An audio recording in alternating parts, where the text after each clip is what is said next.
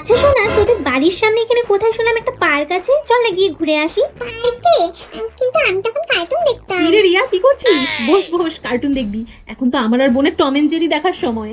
না গো মনা দিদি, এখন আমি আর শোনা না একটু পার্কে ঘুরতে যাব, তাই ও এখন না কার্টুন দেখতে পারবে না গো। তুমি কার্টুন দেখো, আমরা গিয়ে ঘুরে আসি। চল শোনা।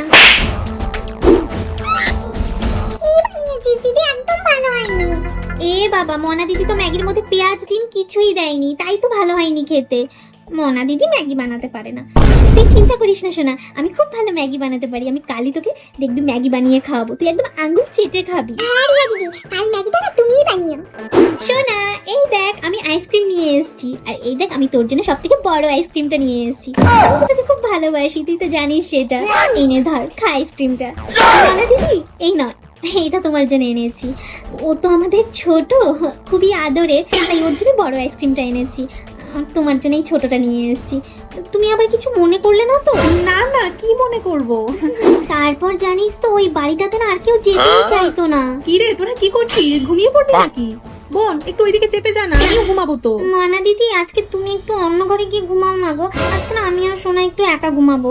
আসলে ওকে অনেক গল্প শোনাবো তো, তাই আর কি। হ্যাঁ দিদি, তুই আজকে গিয়ে মায়ের সাথে ঘুমিয়ে পড়।